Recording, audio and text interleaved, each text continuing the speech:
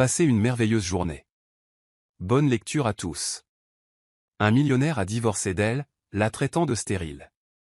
5 ans plus tard, il l'a invitée à la baby shower de sa nouvelle femme. Mais elle est arrivée avec des quadruplés et un secret qui a brisé sa vie. Certaines femmes ne naissent pas stériles. Elles sont simplement plantées dans une terre trop empoisonnée pour leur permettre de s'épanouir. On dit qu'on peut entendre son cœur se briser si l'on écoute assez attentivement. Laura écoutait depuis ce qui lui semblait une éternité. Allongée, éveillée, dans un lit trop grand pour une personne, mais occupée par deux. S'efforçant d'entendre autre chose que sa propre respiration et l'absence du contact de son mari. Le domaine des Carter avait été bâti pour un bonheur qui n'arriva jamais. Des sols en marbre s'étendaient à l'infini sous des lustres en cristal qui projetaient de la lumière, mais jamais de chaleur. Chaque pièce résonnait d'un silence coûteux. Laura avait appris à marcher sans bruit ici. Ses pas disparaissant dans la pierre, sa présence s'effaçant dans le papier peint et les ombres. Leur mariage avait été magnifique, de la même manière que des funérailles peuvent l'être. Tout le monde arborait un visage de circonstance, prononçait des mots appropriés, et feignait de ne pas remarquer que le marié embrassait sa femme avec toute la chaleur d'un homme signant un contrat. Evan l'avait épousée parce que sa mère l'en avait supplié, parce qu'elle se mourait et voulait le voir installé avant de partir. Dès cette première nuit, il ne la toucha jamais avec tendresse. Leur chambre était un continent de draps de soie avec un océan entre eux. Il rentrait tard, se glissait dans le lit sans un mot, et lui tournait le dos. Le matin, il était déjà parti. « Te parle-t-il » avait demandé sa mère un jour, sa voix affaiblie par la maladie. « Quand c'est nécessaire » avait répondu Laura. Les yeux de la vieille femme s'étaient emplis de larmes. « Je pensais qu'avoir quelqu'un l'adoucirait » dit-elle. Mais Evan Carter restait de granit.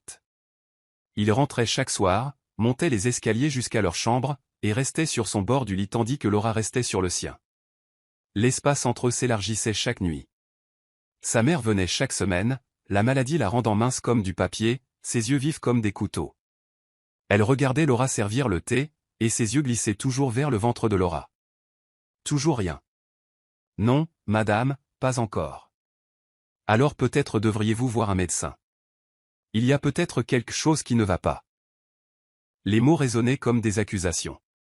Laura s'excusait avant que les larmes ne puissent venir, s'enfermait dans la salle de bain la plus éloignée de la véranda, et pressait ses mains contre son ventre plat, murmurant des excuses à des enfants qui refusaient de venir. Les chuchotements commencèrent dans la cuisine. Le cuisinier le dit à la gouvernante, qui le dit au jardinier, qui le dit au chauffeur. Laura les entendit un après-midi en passant devant le couloir des domestiques. Pauvre monsieur Evan.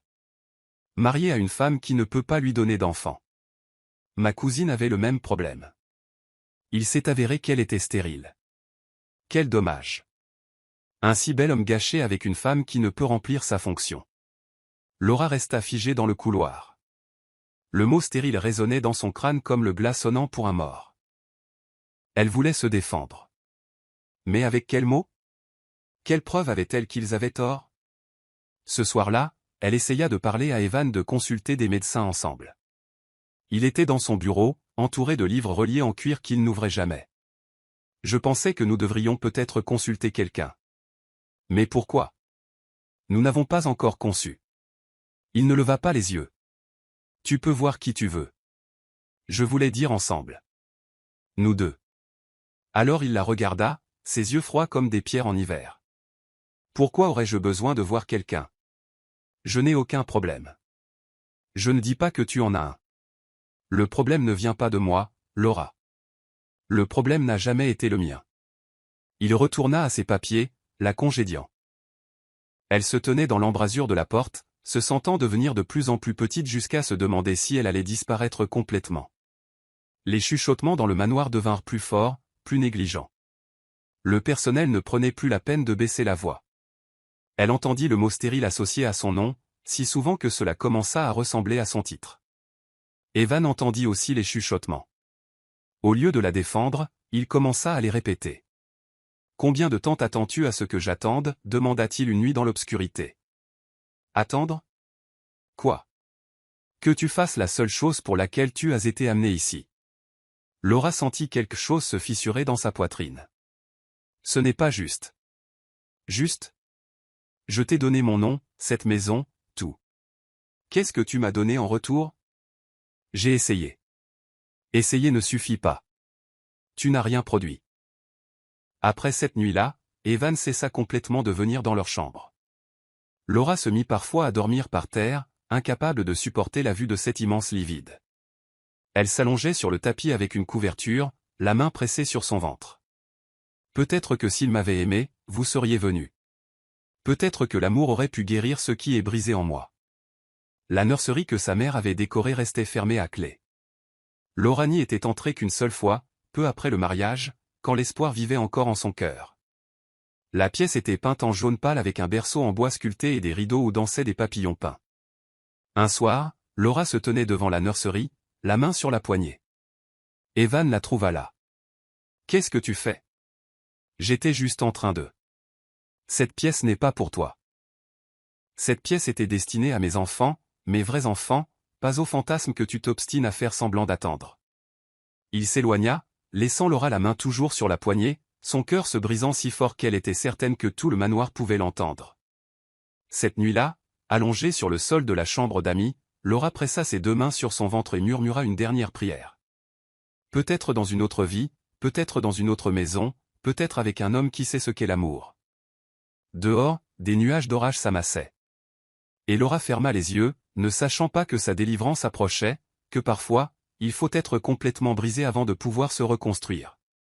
Chapitre 2, les mots les plus cruels. Le matin où la mère d'Evan Carter mourut, Laura pleura seule pendant que son mari passait des appels dans son bureau, sa voix stable et sans émotion alors qu'il organisait les funérailles. Lors de la cérémonie, Evan se tenait à côté de Laura sans la toucher, 1 kilomètre d'espace entre leurs épaules, et elle comprit qu'avec le départ de sa mère, elle avait perdu sa dernière défenseur dans cette maison froide. Après l'enterrement, tout s'assombrit. Evan ne lui parlait que lorsque c'était nécessaire, ses phrases courtes et tranchantes comme des coups de couteau. Le personnel évitait son regard, leur pitié plus insupportable que ne l'avait été leur chuchotement. Elle était dans le jardin un après-midi lorsque la gouvernante s'approcha d'un pas prudent. « Madame Carter, pardonnez-moi, mais j'ai entendu Monsieur Evan au téléphone. Il parlait avec son avocat de divorce. » Les roses devinrent floues devant les yeux de Laura. Elle savait que cela allait arriver, mais l'entendre à voix haute le rendait réel. Ce soir-là, Evan rentra plus tôt que d'habitude. Elle l'entendit appeler son nom avec une intonation qui lui serra l'estomac d'effroi. Il était dans la salle à manger, portant encore son manteau. « J'ai pris un verre avec des collègues ce soir. Sais-tu ce qu'ils m'ont demandé? Ils m'ont demandé quand ils pourraient rencontrer mes enfants. Ils m'ont demandé pourquoi ma femme ne m'a pas encore donné d'héritier. Evan, s'il te plaît. As-tu la moindre idée à quel point c'est humiliant d'être le seul homme sans enfant? De devoir trouver des excuses pour une femme qui ne peut pas accomplir la fonction de base pour laquelle elle a été conçue? S'il te plaît. Ce n'est pas juste. Nous pourrions voir des médecins ensemble. Je sais ce qui ne va pas, c'est toi, le problème. Tu ne peux pas me donner ce dont j'ai besoin. Tu ne le sais pas avec certitude. Pourquoi aurais-je besoin de voir quelqu'un? Ma lignée est parfaite. Le problème ne vient pas de moi, Laura. Il n'a jamais été le mien. Elle sentit les larmes monter. Alors que voudrais-tu que je fasse? Je veux que tu admettes la vérité. Tu es défectueuse, brisée. Quel que soit le mot que tu préfères, le sens est le même. C'est cruel. T'épouser était cruel. Perdre mon temps, attendre quelque chose qui n'arrivera jamais, c'était cruel. Tu m'as volé du temps. Du temps que j'aurais pu passer à construire une vraie famille avec une vraie femme. La pièce se mit à tourner. Elle s'agrippa au dossier d'une chaise pour se soutenir. Je suis une vraie femme. Vraiment? Parce que de mon point de vue, tu ressembles à une coquille vide, creuse, stérile. Le voilà. Le mot qu'elle attendait d'entendre de ses lèvres. Et Laura sentit quelque chose se briser complètement en elle. Je suis désolée, murmura-t-elle. Désolé ne suffit pas, désolé ne me donne pas d'enfant. Désolé n'efface pas l'erreur que j'ai faite en t'épousant. Elle voulait lui crier que le problème était peut-être sa froideur. Que les corps savent quand ils ne sont pas les bienvenus. Que les graines ne poussent pas dans une terre gelée. Mais les mots restèrent coincés dans sa gorge. Je veux que tu dormes dans l'aile des invités à partir de maintenant. Je ne supporte plus de te regarder. Ton échec. Les mots lui échappèrent avant qu'elle ne puisse les retenir. Tu parles comme si j'avais voulu ça. N'est-ce pas? Peut-être que tu t'empêchais de concevoir par dépit. L'accusation était si absurde que Laura ne put que le dévisager. Cet homme, qui ne l'avait jamais touchée avec gentillesse, croyait qu'elle lui refusait délibérément des enfants. Tu es fou, murmura-t-elle. Ses mains jaillirent et agrippèrent son bras, les doigts s'enfonçant dans sa chair assez fort pour laisser des bleus. Ne me parle plus jamais comme ça. Je suis ton mari. Je possède cette maison, tes vêtements, tout ce que tu touches. Tu existes parce que je le permets. Il la relâcha et s'éloigna, laissant Laura avec le bras endolori et le cœur en miettes. Cette nuit-là, elle dormit sur le tapis de la chambre d'amis, pressant sa main sur son ventre. Peut-être que l'amour aurait pu me guérir. Peut-être que la douceur aurait pu ouvrir ce qui est fermé à l'intérieur. L'orage qui couvait éclata finalement un soir où la pluie martelait les fenêtres et le tonnerre secouait les fondations du manoir. Laura était dans la véranda quand Evan apparut, tenant une enveloppe Kraft. Son cœur se mit à battre la chamade avant même qu'il ne parle. « Laura, nous devons parler. »« Qu'est-ce que c'est ? » ?»« Tu sais ce que c'est. » Il laissa tomber l'enveloppe sur la table. Un éclair illumina son visage d'une lumière blanche et crue, et elle n'y vit aucune pitié. « Les papiers du divorce. J'ai demandé à mon avocat de les rédiger. Ils sont très généreux, considérant que c'est plus que ce que tu mérites. Evan, s'il te plaît. Ne supplie pas. Ce mariage était une erreur. Ma mère m'y a poussé, et j'ai accepté parce qu'elle était mourante. Mais elle est partie maintenant, et je suis libre de corriger mon erreur. Ton erreur d'avoir cru que tu pouvais être ce dont j'avais besoin. J'ai besoin d'une vraie femme, Laura, pas d'une femme vide, pas de toi. La pluie martelait plus fort. Laura baissa les yeux sur l'enveloppe et sentit quelque chose changer en elle. Pas un chagrin d'amour, elle était déjà brisée. Ce qu'elle ressentit était plus proche du soulagement, mêlé à une terreur si profonde qu'elle menaçait de la noyer. Où vais-je aller? Ce n'est pas mon problème. Tu as de la famille quelque part, non? Retourne vers eux. Je m'en fiche. Tant que tu es parti de ma maison. Quand? Oh, ce soir. Le mot tomba comme le coup près d'un bourreau. Ce soir. Au milieu d'une tempête. Sans nulle part où aller et personne vers qui se tourner. C'est cruel. C'est la justice. Signe les papiers, Laura. Ses mains tremblaient tandis qu'elle prenait le stylo. Elle ne lut aucun des mots. Sa vie ici était terminée. Elle signa son nom sur chaque ligne, sa main se déplaçant automatiquement. Quand elle eut fini, Evan ramassa les papiers sans la regarder. Tu peux prendre une valise. Tout ce que tu peux porter. Rien de plus. Une valise? J'ai vécu ici. Ces biens ont été fournis par moi. Ils appartiennent à cette maison. Tu es arrivé avec presque rien, et tu repartiras avec la même chose. Elle était trop fatiguée pour se battre. Elle monta les escaliers dans un état second, trouva la petite valise qu'elle avait apportée lors de son mariage, et fit ses bagages rapidement. Quelques vêtements, des photographies, un livre que sa mère lui avait donné. Rien d'Evan. Quand elle redescendit, il attendait dans le hall, tenant son manteau. La pluie était assourdissante. Tu vas vraiment me faire partir sous cette tempête? Tu aurais dû y penser avant de me décevoir. Il ouvrit la porte. Le vent s'engouffra, apportant le froid, la pluie et l'odeur de la terre mouillée. Laura regarda dans l'obscurité, puis se tourna une dernière fois vers Evan. J'espère que tu trouveras ce que tu cherches. J'espère que ta prochaine femme te donnera tous les enfants que tu désires, et j'espère qu'ils grandiront pour être exactement comme toi, afin que tu puisses voir ce que tu es vraiment. Elle sortit dans la tempête sans attendre sa réponse. La pluie la frappait comme des poings, mais elle ne s'arrêta pas. Elle descendit la longue allée dans ses chaussures fines, sa valise lourde à la main. Derrière elle, les lumières du manoir brillaient contre la tempête. Elle ne regarda pas en arrière, seulement devant elle, maintenant, dans l'obscurité et vers ce qui l'attendait de l'autre côté de cette nuit. Chapitre 3, le chemin du salut. La pluie effaçait le monde. Laura pouvait à peine voir devant elle, distinguant à peine la route du fossé. Sa valise devenait plus lourde à chaque pas, gorgée d'eau et tirant sur son bras, mais elle ne pouvait pas l'abandonner. Elle contenait les derniers morceaux de ce qu'elle avait été avant Evan Carter. Ses chaussures furent ruinées en quelques minutes. Ses pieds étaient engourdis par le froid. Sa robe lui collait au corps, lourde et restrictive, mais elle marchait quand même, car marcher était tout ce qui lui restait. Le domaine des Carter se trouvait loin de la ville, isolé à dessein. Laura n'y avait pas pensé en partant. Elle n'avait pensé qu'à s'échapper. Maintenant, elle était seule sur une route qui semblait ne mener nulle part, avec des nuages d'orage bloquant la lune qui aurait pu la guider. Ses jambes tremblaient. Le froid s'était infiltré dans ses os, faisant claquer ses dents, faisant trembler ses mains.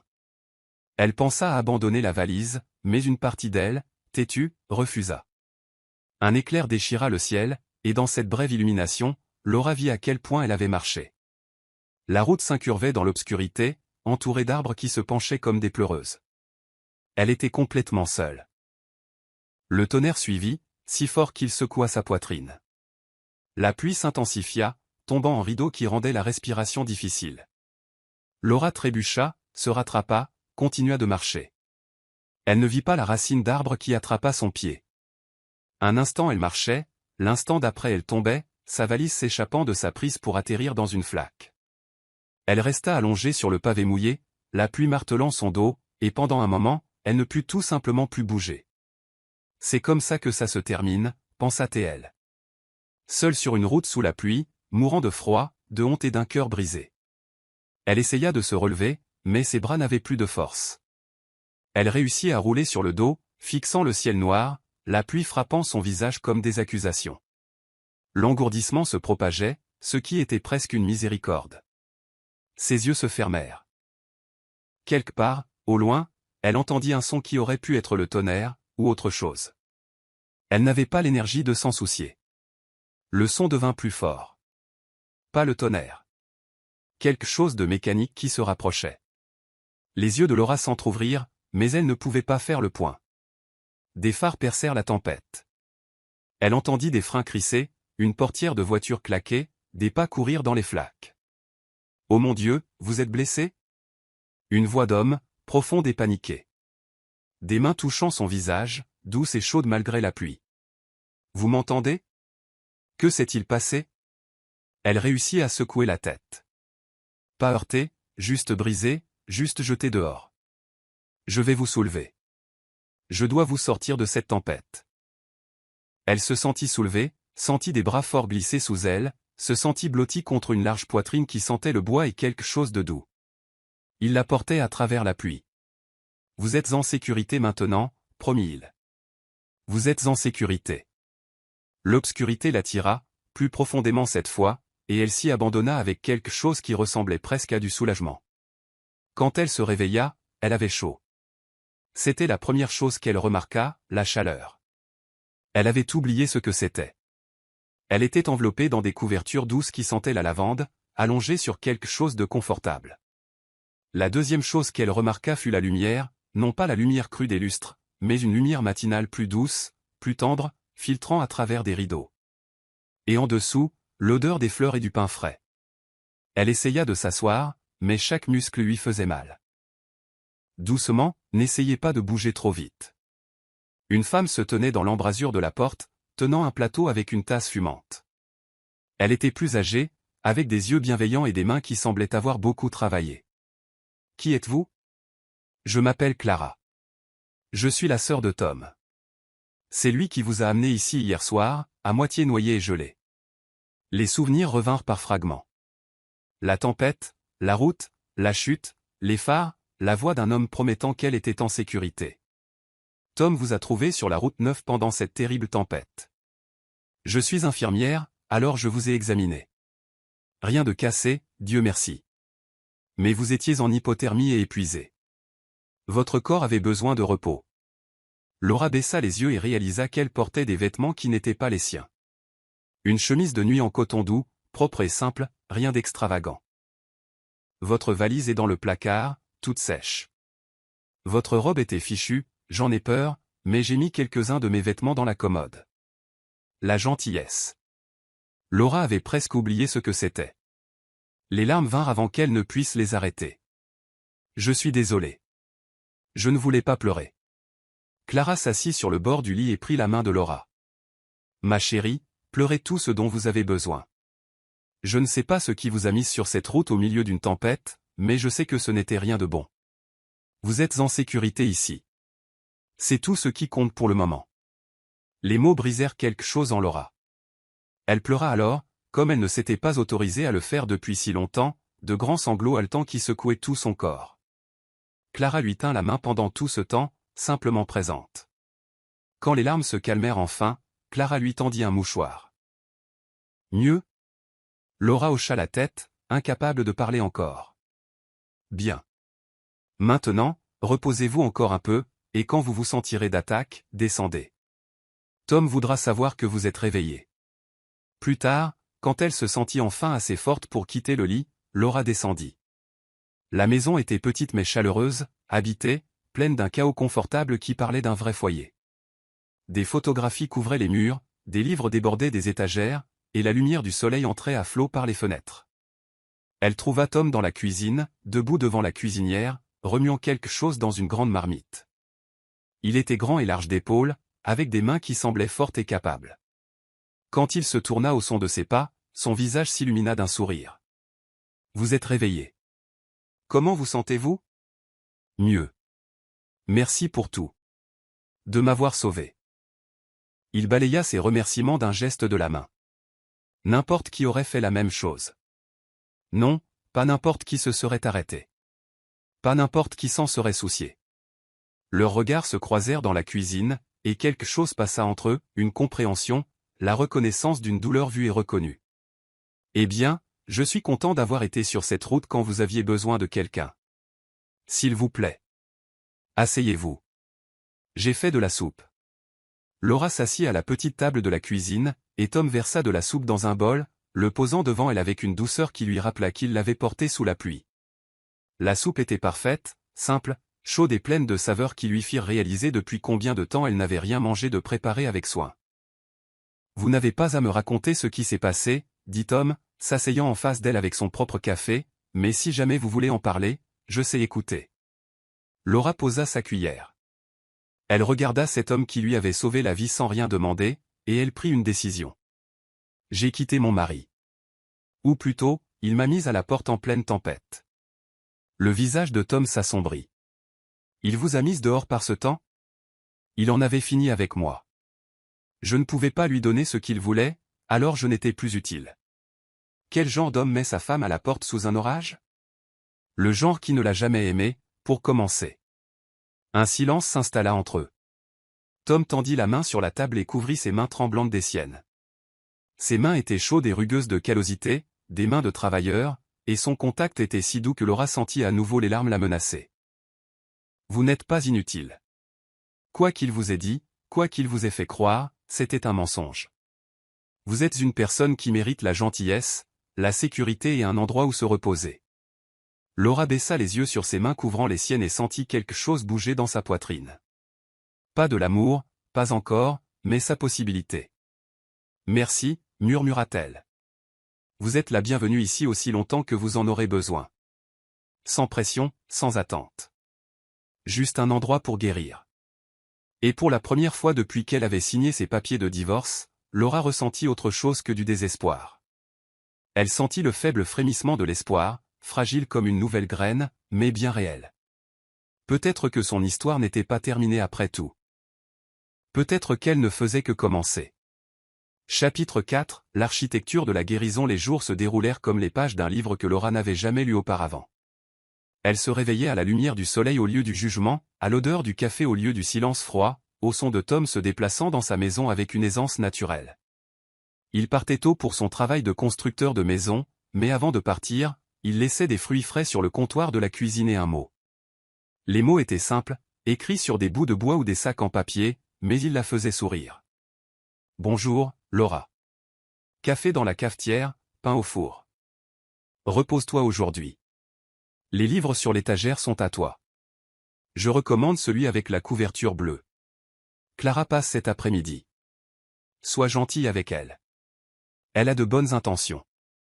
Même quand elle s'agite. » Clara s'agitait, en effet. Arrivant l'après-midi avec des provisions, des fleurs fraîches ou de petites choses dont elle pensait que Laura pourrait avoir besoin.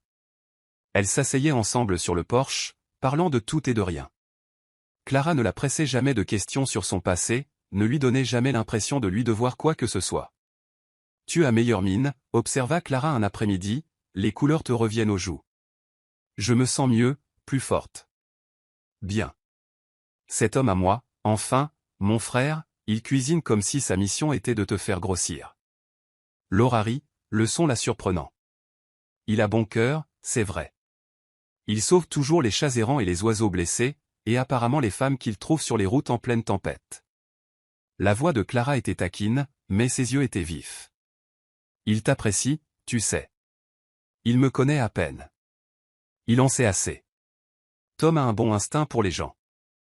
Quand il t'a ramené cette nuit-là, j'ai vu quelque chose sur son visage que je n'avais pas vu depuis longtemps. De la protection, oui, mais plus que ça.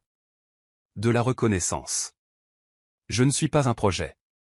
Non, tu ne le es pas, et il le sait. Ne confonds juste pas sa gentillesse avec de la pitié. Les mots restèrent avec Laura. Elle y pensa en se déplaçant dans la maison, se familiarisant avec ses rythmes. La maison ne ressemblait en rien au manoir des Carter. Elle était petite et pratique, construite des propres mains de Tom, pleine de bois qu'il avait coupé, poncé et façonné avec soin. Elle trouva son atelier derrière la maison un après-midi. La porte était ouverte, et à l'intérieur, elle pouvait voir des outils suspendus au mur, de la sciure couvrant le sol, et des meubles à moitié finis. Une chaise à bascule se trouvait dans un coin. Son bois brillait d'un éclat doré. C'est pour une famille qui attend son premier bébé, la voix de Tom venait de derrière elle. La mère a demandé quelque chose que sa grand-mère aurait pu avoir. C'est magnifique. Ce le sera quand ce sera fini. Pour l'instant, c'est juste du potentiel. Il la regarda avec ses yeux bienveillants. Comme la plupart des choses qui valent la peine d'être construites. Ils se tinrent ensemble dans l'embrasure de la porte, et Laura sentit quelque chose changer entre eux. Pas de la romance, pas encore, mais ses fondations. Tu veux voir comment on fait, demanda Tom. Je pourrais te montrer. Il lui apprit cet après-midi-là les secrets du bois, comment différents types avaient des veines, des forces différentes. Il lui montra comment poncer dans le sens du grain et non contre, comment sentir quand une surface était vraiment lisse. On ne peut pas précipiter un bon travail du bois, expliqua-t-il en guidant ses mains. Si tu essaies de le forcer, le bois résiste. Il faut travailler avec lui, le comprendre, lui donner le temps de devenir ce qu'il est censé être. C'est comme ça que tu abordes tout? Les maisons, les meubles, la vie? On ne peut pas forcer les choses à être ce qu'elles ne sont pas. Il faut respecter ce qu'elles sont, et les aider à devenir la meilleure version d'elles-mêmes. Laura pensa à Evan, à la façon dont il avait essayé de la forcer dans un moule auquel elle ne pourrait jamais correspondre. La philosophie de Tom était l'opposé. Au lieu de la force, il offrait la patience. Au lieu du jugement, il offrait la compréhension. Et si c'est trop cassé pour être réparé, demanda-t-elle doucement. Je ne crois pas que quoi que ce soit trop cassé. Parfois, les choses ont besoin d'être refaites en quelque chose de nouveau plutôt que d'être restaurées à ce qu'elles étaient.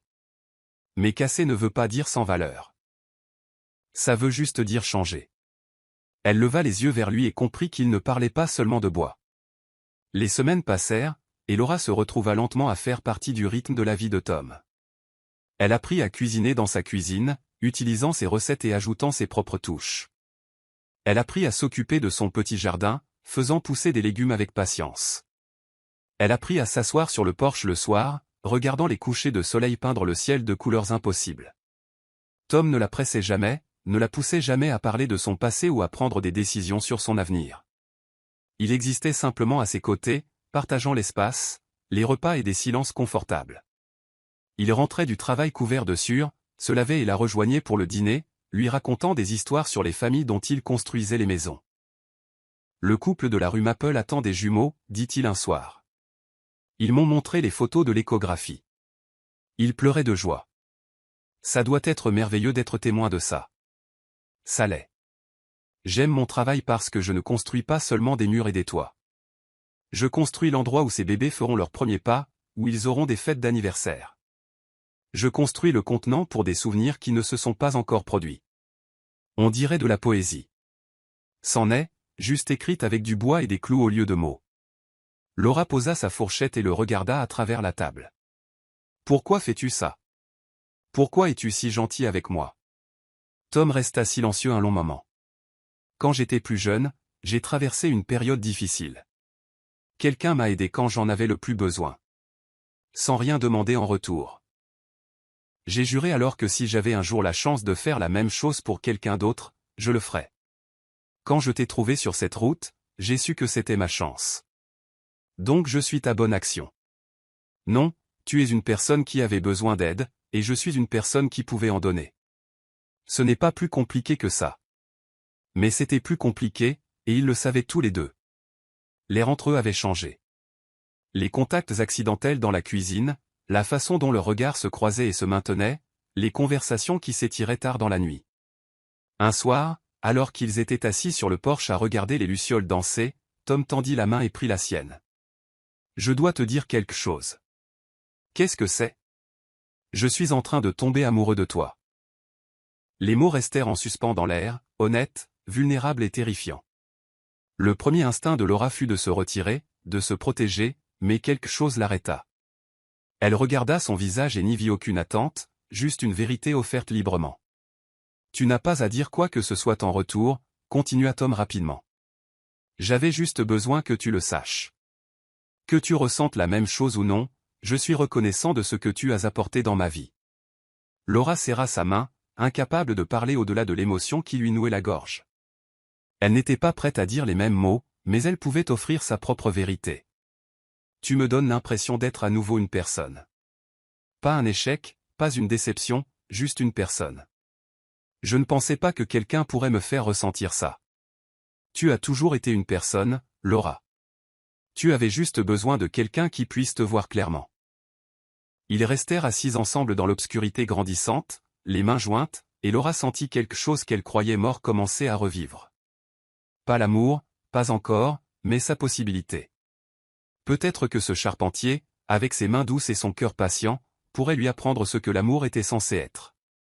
Peut-être que dans cette petite maison pleine de bois, de chaleur et de gentillesse authentique, elle pourrait enfin apprendre à s'épanouir.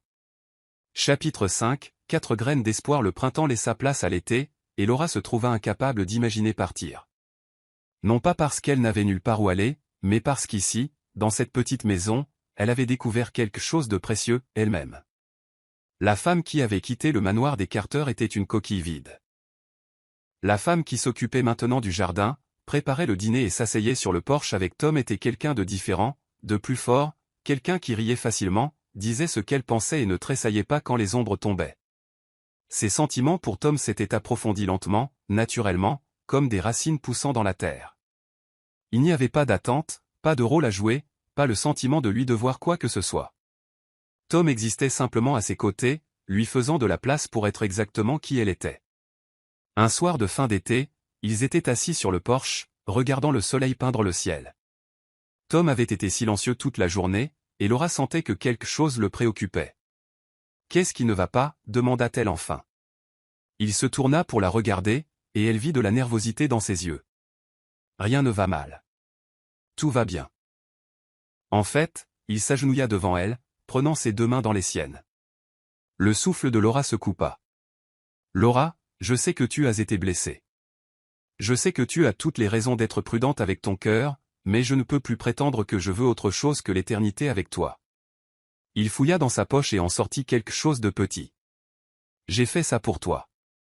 Ce n'est pas luxueux, mais c'est fait de mes propres mains, et c'est fait pour durer. » Il ouvrit sa paume pour révéler une bague en bois, lisse et parfaitement façonnée, incrustée de minuscules fleurs sculptées si délicatement qu'elles semblaient réelles. C'était la plus belle chose que Laura ait jamais vue. « Je veux construire un foyer où ton cœur pourra enfin se reposer. Pas comme une invitée ou quelqu'un que j'ai sauvé, mais comme ma partenaire, ma femme, mon égale en tout. Veux-tu m'épouser ?» Des larmes coulaient sur le visage de Laura avant même qu'il ait fini de parler. Elle n'avait jamais entendu une demande en mariage comme celle-ci. Evan l'avait demandé en mariage avec une bague en diamant et une transaction. Tom lui offrait un foyer, un partenariat, un endroit où son cœur pourrait se reposer. « Oui, dit-elle, la voix brisée. Oui, Tom, je veux bien t'épouser. » Il glissa la bague en bois à son doigt, et elle lui allait parfaitement. Tom se leva et la prit dans ses bras, et Laura ressentit quelque chose qu'elle n'avait jamais ressenti lors de son premier mariage, la certitude. Ils se marièrent par une fraîche matinée d'automne, en présence de Clara et d'une poignée d'amis proches de Tom. Pas de manoir, pas d'invités de la haute société, pas de performance. Juste des vœux prononcés dans le jardin de Tom, sous un arbre qu'il avait planté lui-même. Je promets de te construire une maison où le rire habite, dit Tom, sa voix stable malgré l'émotion dans ses yeux. Je promets de remplir cette maison de tout l'amour que j'ai gardé, répondit Laura, pesant chaque mot. Leur mariage était tout ce que son premier n'avait pas été. Tom la touchait avec révérence, lui parlait avec gentillesse, lui faisait l'amour avec une tendresse qui lui fit comprendre ce qui lui avait manqué. Ils étaient partenaires dans tous les sens du terme, construisant une vie ensemble à partir de zéro, la petite maison remplie de leur présence combinée. Laura ajouta ses propres touches. Des rideaux qu'elle cousait, des tableaux qu'elle trouvait sur les marchés locaux, des herbes qu'elle cultivait. Tom agrandit la cuisine pour elle, lui construisit un coin lecture, grava son nom dans le bois et l'accrocha près de la porte d'entrée à côté du sien. La maison des Bennett, était-il écrit. Où vit l'amour? Peu de temps après leur mariage, Laura commença à se sentir étrange. Au début, elle l'attribua au bonheur, mais les symptômes persistèrent. Une fatigue qu'aucune quantité de sommeil ne pouvait guérir. Des nausées le matin. Une sensibilité aux odeurs. Elle l'ignora pendant des semaines, craignant de reconnaître ce que cela pourrait signifier. Mais Clara, avec son instinct d'infirmière, remarqua. « Laura, ma chérie, as-tu suivi tes cycles ?» Laura dut y réfléchir. Avec tout ce qui s'était passé, elle avait cessé d'y prêter attention. Quand elle fit le calcul, son cœur commença à s'emballer. « Je ne sais pas. Ça fait un moment. » Le visage de Clara s'adoucit en un sourire. « Je pense que tu dois voir un médecin. » Non. Le mot sortit brusquement. Sur la défensive. « Je ne peux pas, Evan a dit que j'étais stérile. » Quels médecins t'ont réellement examiné, ma chérie? Avez-vous déjà consulté quelqu'un ensemble? Laura réalisa, avec un choc, que non. Evan avait insisté sur le fait que le problème venait d'elle, avait refusé de voir qui que ce soit ensemble, l'avait si complètement convaincue de sa défaillance qu'elle ne l'avait jamais remis en question. « Viens avec moi, dit doucement Clara. Découvrons-le avec certitude. » Le rendez-vous chez le médecin fut terrifiant.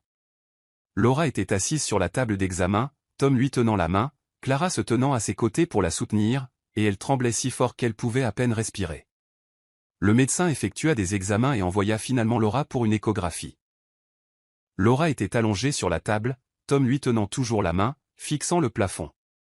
La technicienne déplaça la sonde sur le ventre de Laura. Ses yeux se concentrèrent sur l'écran.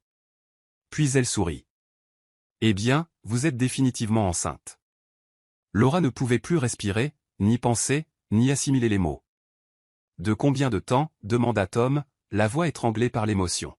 « Laissez-moi prendre une meilleure mesure. » La technicienne déplaça à nouveau la sonde, cliquant sur des boutons. Puis elle s'arrêta. Son sourire s'élargit. « Oh, mon Dieu! Vous n'êtes pas enceinte d'un bébé, Madame Bennett. Vous êtes enceinte de 4. » La pièce se mit à tanguer. 4. 4 battements de cœur distincts. Des quadruplés. Extrêmement rares. Mais ils sont bien là. La technicienne tourna l'écran pour qu'il puisse voir 4 petites formes. 4 petits miracles. 4 cœurs qui battent. Laura éclata en sanglots. Tom pleurait aussi. Sa main pressée contre sa bouche. Ses yeux écarquillés d'émerveillement. Clara pleurait ouvertement dans un coin. 4 bébés, murmura Tom. Laura. Nous allons avoir 4 bébés. Ils rentrèrent chez eux dans un silence stupéfait. Quand ils arrivèrent enfin à la maison, ils s'assirent sur le canapé que Tom avait construit.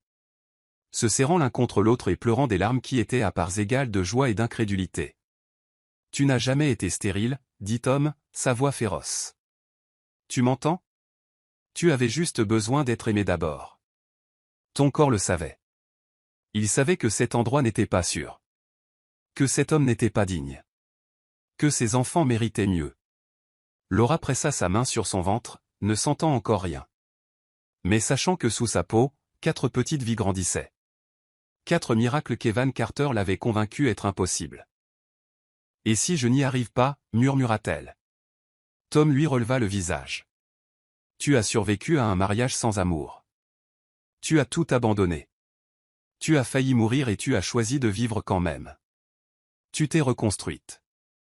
Laura, tu es la personne la plus forte que j'ai jamais rencontrée. Et tu ne le feras pas seule. Je serai à tes côtés à chaque instant. Elle le crut. Pour la première fois de sa vie, elle crut complètement aux paroles qu'un homme lui disait. La grossesse fut difficile. Le corps de Laura lutta pour porter 4 bébés. Et il y eut des jours où la douleur lui fit se demander si elle survivrait. Mais Tom fut là à travers tout cela.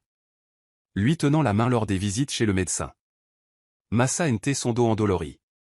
Parlant à son ventre. Et disant à leurs enfants à quel point ils étaient déjà aimés. Le jour où le travail commença, Tom conduisit plus vite qu'il ne l'avait jamais fait. Clara sur la banquette arrière, cochant Laura à travers les contractions. L'accouchement fut long et compliqué. Mais Tom ne la quitta jamais. Tu peux le faire, ne cessait-il de répéter. Ramène nos enfants à la maison, Laura. Et elle le fit. À travers la douleur, la peur et la détermination, elle mit au monde 4 bébés. 2 fils et 2 filles. Chacun parfait. Chacun pleurant avec des poumons sains. Chacun témoignant du mensonge selon lequel elle était stérile. Tom lui tint la main pendant tout ce temps. Pleura Nte ouvertement. Murmura Nte. Tu n'as jamais été stérile. Tu étais juste mal aimé. Mais maintenant tu es aimé. Et regarde ce que tu as créé. Quand ils placèrent enfin les bébés dans ses bras. Tous les 4 à la fois, avec l'aide de Tom. Laura baissa les yeux sur leur petit visage. Et ressentit un amour si immense et féroce qu'il menaça de la consumer. Vous êtes venu parce que vous saviez que c'était sur maintenant, murmura-t-elle. Vous avez attendu que l'amour soit là d'abord. Tom enlaça tout le monde. Sa famille. Et ils restèrent assis ensemble dans cette chambre d'hôpital. Entourés d'amour et de vie. Et de la preuve que parfois, les mensonges les plus cruels peuvent être vaincus par les plus belles vérités. Laura n'avait jamais été stérile. Elle était juste plantée dans du poison. Et quand elle fut finalement transplantée dans une terre qui pouvait la nourrir, elle s'épanouit au-delà des rêves les plus fous de quiconque. Les premiers jours avec les quadruplés furent un chaos magnifique. Tom et Laura traversaient leur journée, élaborant des stratégies pour les changements de couches et les horaires de repas. Mais à travers toute cette fatigue, il y avait une joie infinie. Ils nommèrent leurs enfants avec soin. Jacob et Michael. Leurs fils. Hope et Lily. Leurs filles. Chaque nom était une prière solidifiée. Un rappel que ces enfants avaient été impossibles. Et pourtant, ils étaient là. Jacob avait les yeux de Tom. Et le menton déterminé de Laura. Michael était plus calme. Observant tout avec intensité. Hope se déplaçait dans le monde avec une aisance qui donnait l'impression que tout était sans effort. Lily était la battante. Pleurant le plus fort et aimant le plus fort. 4 personnes complètement différentes, observa Tom un soir. Tenant Michael pendant que Laura allaitait Hope et que Lily jouait avec Jacob sur une couverture. Ils savent déjà qui ils sont, répondit Laura. Ils ont juste besoin de nous pour les aider à le devenir. Tom avait agrandi la maison pour accueillir leur famille grandissante. Ajoutant des pièces avec soin. Chaque planche était poncée. Chaque coin arrondi. Chaque fenêtre positionnée pour laisser entrer un maximum de lumière. La nurserie était maintenant le cœur de la maison. Pleine de berceaux, de tables allongées et de paniers débordant de petits vêtements. Laura avait cousu des rideaux avec des étoiles et des lunes. Et Tom avait peint une fresque murale montrant une forêt pleine d'animaux qui veillaient sur les bébés pendant leur sommeil. Clara venait tous les jours, apportant des provisions et offrant ses mains pour tout ce qui devait être fait. La communauté accueillit la famille Bennett avec chaleur. Les voisins passaient avec des plats cuisinés et des vêtements d'occasion. La femme qui tenait la boulangerie apportait du pain frais chaque semaine. C'est à ça que la communauté est censée ressembler, dit Tom. Des gens qui prennent soin des gens. Je n'ai jamais eu ça avant, admit Laura. Dans le monde des vannes, tout le monde était trop occupé à se faire concurrence pour s'entraider vraiment. Les enfants grandissaient plus vite que ce qui semblait possible.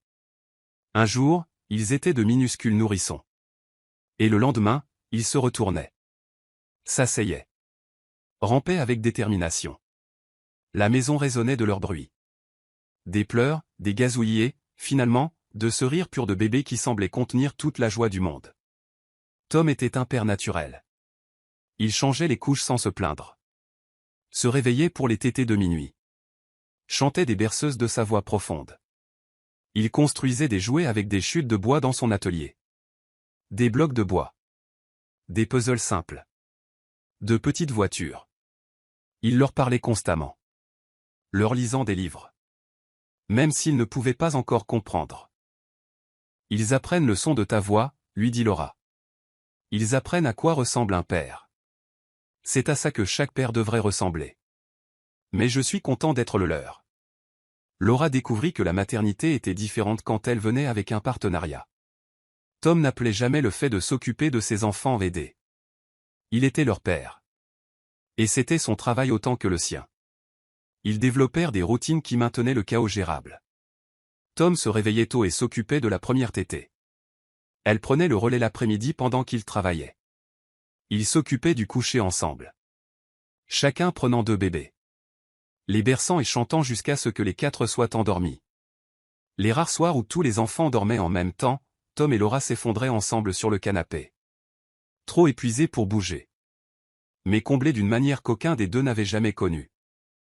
C'est nous qui avons fait ça, murmurait Laura. Regardant autour d'elle la maison pleine de preuves de leurs enfants. Des jouets éparpillés. De petits vêtements qui sèchent. Des biberons attendant d'être lavés point. C'est notre œuvre, Tom en conviendrait. La serrant contre lui. Et c'est la plus belle chose que j'ai jamais construite. La ville adopta les quadruplés Bennett comme leur miracle collectif. Les gens arrêtaient la famille dans la rue. Le journal local publia un article avec une photo. Des inconnus les abordaient à l'épicerie, leur offrant des félicitations et glissant parfois de l'argent dans les mains de Laura pour les bébés. Des quadruplés, ça doit coûter cher. Et ils coûtaient cher. Tom accepta des projets supplémentaires, travaillant de plus longues heures. Mais il ne se plaignit jamais. Laura gérait leur budget avec créativité, cousant des vêtements à partir de vieux tissus. Elle fabriquait des jouets avec des objets du quotidien. Mais ils possédaient une richesse qui n'avait rien à voir avec l'argent. Leur maison débordait de rire et d'amour. Les enfants franchissaient les étapes de leur développement en groupe. Tous les 4 se mirent à ramper à quelques jours d'intervalle. Tous les 4 se tinrent debout la même semaine. Tous les 4 firent leurs premiers pas, presque à l'unisson. Ils s'encouragent mutuellement, observa le pédiatre. Avoir des frères et sœurs du même âge les pousse à suivre le rythme. C'est tout à fait remarquable. Ce qui était remarquable pour Laura, c'était de voir ses enfants devenir des personnes. Jacob était le meneur. Toujours le premier à comprendre les choses. Michael était le penseur, observant en retrait avant d'essayer. Hope était la diplomate, capable de calmer ses frères et sœurs quand ils s'énervaient. Lily était l'aventurière. Prête à tout essayer une fois. Tom leur construisit une aire de jeu dans le jardin, avec des balançoires et un petit toboggan. Il la fit basse et aux bords arrondis, sans danger pour de jeunes enfants apprenant la coordination. Laura s'asseyait sur le porche et les regardait jouer, ces 4 miracles. Qui démentaient chaque mensonge qu'Evan Carter lui avait jamais raconté. À mesure que les enfants grandissaient, leur personnalité ne faisait que s'affirmer. Ils se disputaient et se réconciliaient. Jouaient ensemble. Et avaient parfois besoin de s'éloigner les uns des autres. Ils s'aimaient farouchement et se chamaillaient bruyamment. Comme tous les frères et sœurs. Clara était leur tante préférée, les gâtant avec des biscuits et des histoires. Elle leur apprit à planter des graines dans le jardin. Leur montra comment faire des pâtés de boue. Et les laissait l'aider à faire des gâteaux. Même si cela signifiait que la farine finissait partout. Tom leur apprit le bois, les laissant s'asseoir dans son atelier pendant qu'ils travaillaient. Il leur donnait du papier de verre pour s'exercer, leur montrant comment quelque chose de rugueux pouvait devenir lisse avec de la patience. Laura leur apprit à cuisiner. Elle approchait des chaises du comptoir pour qu'ils puissent aider à mélanger, verser et mesurer. Elle leur lisait une histoire tous les soirs, tous les 4 blottis dans un seul lit. Leur petit corps chaud contre le sien, tandis qu'elle donnait vie au récit. La maison que Tom avait construite s'agrandissait avec la famille. Des pièces étaient ajoutées aux besoins, toujours avec le même soin. Une salle de jeu où les jouets pouvaient exploser. Un coin lecture avec des coussins et des étagères pleines de livres. Un coin bricolage où les enfants pouvaient créer des dégâts sans que Laura s'inquiète. Cette maison est vivante, dit Laura un soir, en regardant Tom aider les enfants à construire quelque chose avec des blocs. Elle respire avec nous. Elle grandit avec nous. C'est ce que les maisons sont censées faire. Elles sont censées être des êtres vivants. Pas des musées. Parfois, tard dans la nuit, après que les enfants se soient endormis, Laura se promenait dans la maison et touchait les murs que Tom avait construits, les meubles qu'il avait fabriqués. Elle se souvenait de la femme qu'elle avait été dans le manoir des Carter. Vide et blessée. Convaincue d'être irrémédiablement brisée. Cette femme-là ne reconnaîtrait pas celle que Laura était devenue. Cette Laura riait facilement et aimait farouchement. Et elle évoluait dans le monde avec une confiance née de la connaissance de sa propre valeur. Cette Laura avait des vergetures, des yeux fatigués et des mains abîmées par les tâches ménagères. Et elle n'avait jamais été aussi belle. Tu penses parfois à lui, lui demanda Tom une fois, tard dans la nuit. Ton ex-mari? Parfois. Pas souvent. Surtout, je me demande s'il sait ce qu'il a jeté. Sa perte est mon gain. Chaque jour, je suis reconnaissant qu'il ait été trop sot pour voir ce qu'il avait. Les enfants donnèrent un nouveau sens à chaque fête. Les premiers anniversaires devinrent des événements élaborés avec des gâteaux faits maison et toute la communauté invitée. Halloween signifiait 4 costumes coordonnés. Laura veillait tard pour les coudre. Noël se transforma en une production avec 4 chaussettes accrochées et 4 piles de cadeaux. Nous créons des souvenirs, disait Tom. En prenant des photos. Nous leur construisons une enfance digne d'être remémorée. Et c'est ce qu'ils faisaient. Les enfants grandiraient en sachant qu'ils étaient désirés, aimés, célébrés chaque jour. Ils grandiraient dans une maison construite par les mains de leur père et remplie de l'amour de leur mère. Laura les regardait jouer dans le jardin un après-midi. Tous les 4 couverts de terre et de rire. Et elle ressentit une paix si complète qu'elle lui en amena les larmes aux yeux. Ces enfants étaient la preuve de tout ce à quoi elle avait survécu. Ils étaient la preuve qu'Evan Carter avait eu tort à son sujet. La preuve que l'amour pouvait guérir ce que la cruauté avait brisé. Tom s'approcha derrière elle et l'enlaça par la taille. À quoi tu penses?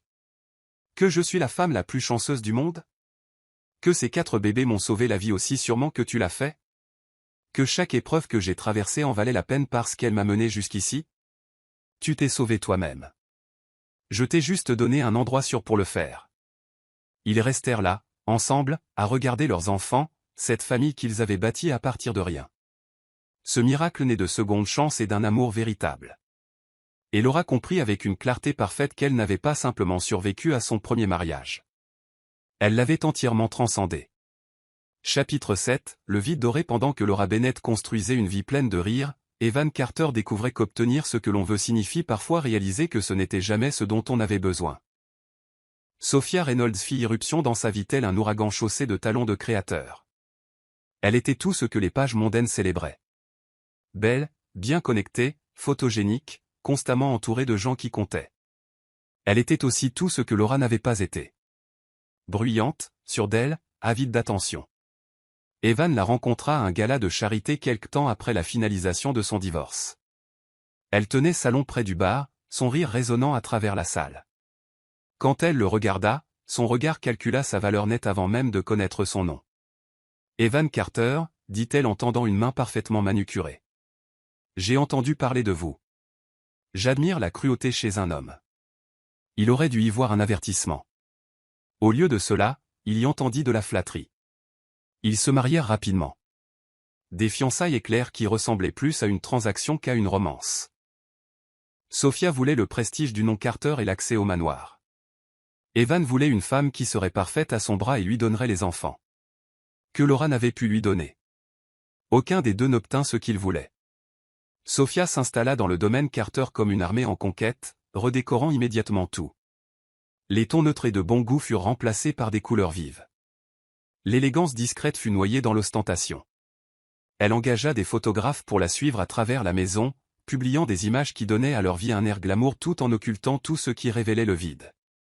Sa présence sur les réseaux sociaux explosa. Des milliers d'abonnés la regardaient orchestrer une vie qui n'existait que sur les photos.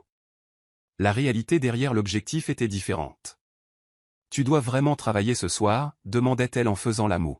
« Je voulais aller au vernissage de la galerie. » J'ai des obligations demain matin. Je ne peux pas rester dehors jusqu'à minuit. Tu es tellement ennuyeux. C'est pour ça que j'aurais dû épouser quelqu'un de plus excitant. Le commentaire fut lâché avec un rire. Mais Evan entendit la vérité sous-jacente. Sophia ne l'avait pas épousé pour l'excitation. Elle l'avait épousé pour l'argent et le statut, et il était censé fournir les deux sans faire de demande en retour. Leur mariage s'installa dans une routine. Sophia organisait des événements somptueux qui existaient principalement pour le contenu des réseaux sociaux.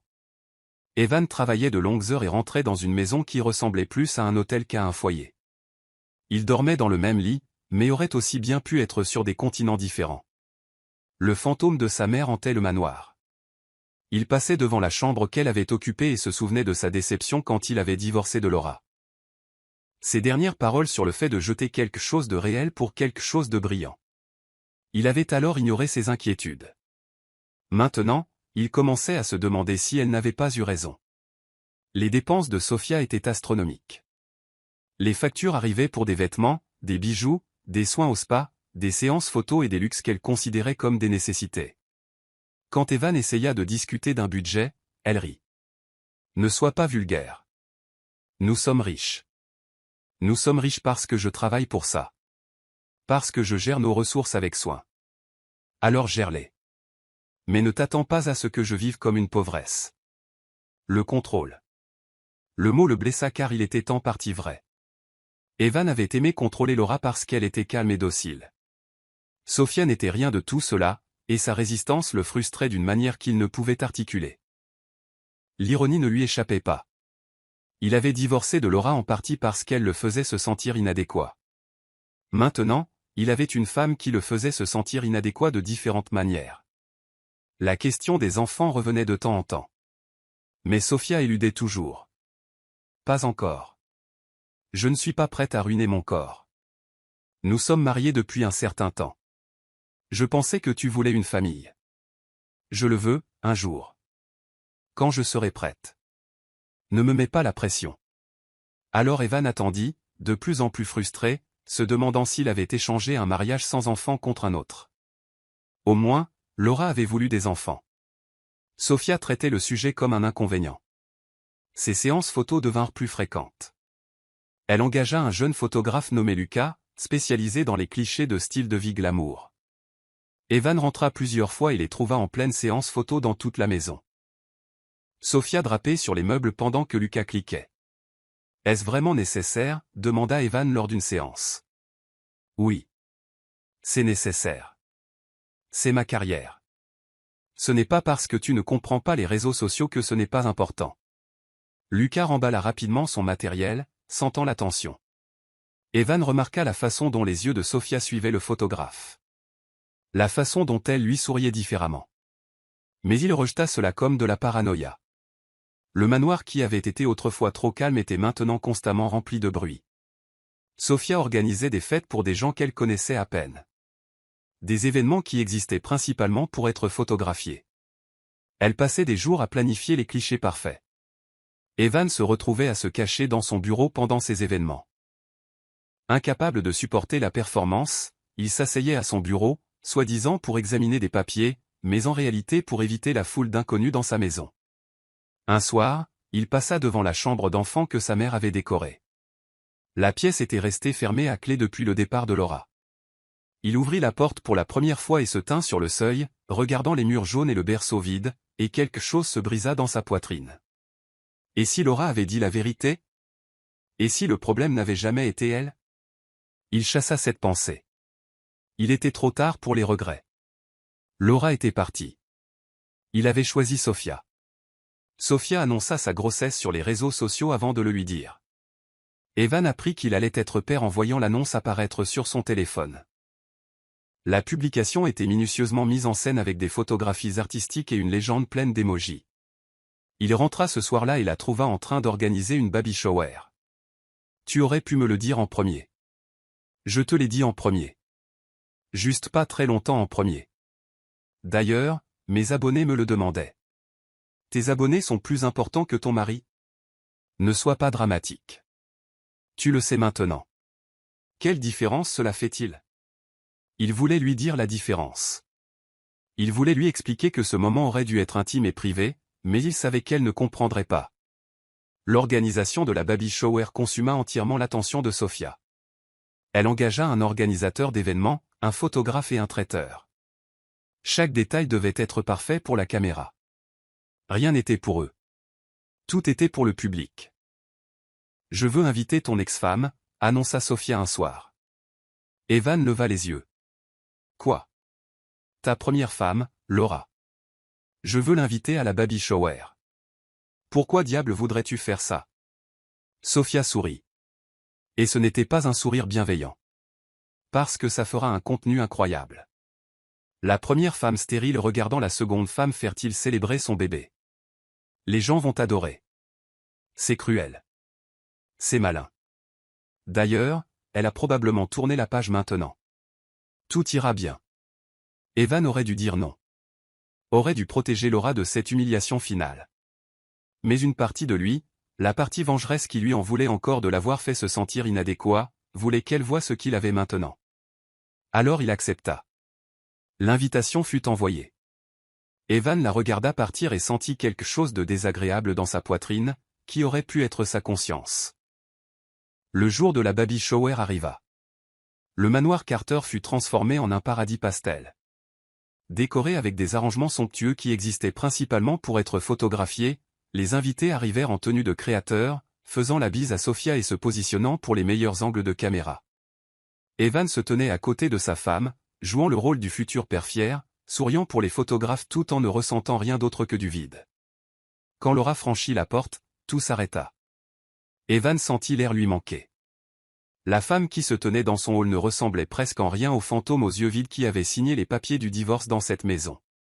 Cette femme était radieuse, confiante, tenant les mains de 4 enfants qui la regardaient avec une adoration évidente. 4 enfants. La même femme qu'il avait qualifiée de stérile se tenait dans sa maison avec 4 enfants. Evan sursauta. L'impossibilité mathématique lui fit tourner la tête. Derrière elle se tenait un homme grand aux yeux bienveillants et aux mains de charpentier, et Evan comprit immédiatement que c'était son mari. C'était l'homme qui lui avait donné ce qu'Evan n'avait jamais pu lui donner. Le triomphe de Sofia se dégonfla instantanément.